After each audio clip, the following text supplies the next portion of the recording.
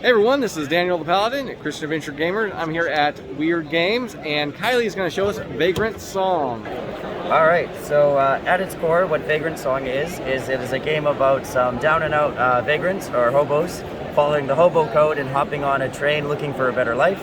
Unfortunately, the train is super haunted. So the game is over 20 different scenarios. It is campaign-based, so each scenario you go through will lead into another one. Each scenario has its own unique hint, which is the old-timey term for ghost. You have the acrylic standees. Every scenario will have its own one, possibly more than one, depending on the scenario. And it comes with 6 different vagrants, such as the songsmith, who's your lovable banjo player.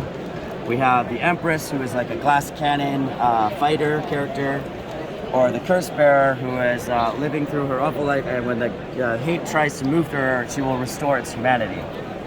The goal of the game is to try to increase the hate's humanity until it becomes human or passes on again. Based on the scenario, it will tell you how many times you need to do that and how much humanity you need to restore. While you're doing that, the hate is going to perform its own actions, which are randomly drawn from your good old-fashioned hobo bindle. And once that happens, each scenario will have unique charts that will tell you how that's going to interact. So no one needs to play the role of the hate or ghost, so everyone gets to sit down at the table, experience the story, the playthrough at the same time.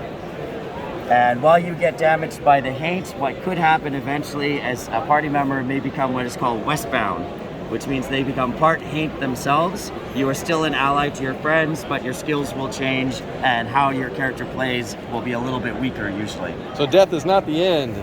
No, and there are fail-forward concepts in the game, so just because you lose a scenario, it doesn't mean you need to replay it. Some of the coolest things you'll find in the game will only actually happen if you have failed the full scenario.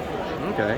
And how many different bosses are there? Is there just one with different scenarios? Or no, so there are over 20 scenarios in the game. Each one has its own unique boss or bosses that are involved with it. So I believe there's about 33 or 35 of these acrylic standees, with different characters. We also have, of course, everybody's favorite, the runaway comes with her own dog, Pup, who is the very best good boy. And he has his own card that attaches to her, so she gets to use them separately. But yes, all of the bosses are very unique gameplay, and even the bosses have 2 different moods that will cycle between happy or passive. I don't know if they're ever happy, and they'll switch over to more aggressive, and that will happen in many different ways. Every scenario plays completely different. Okay. Where can people find this game?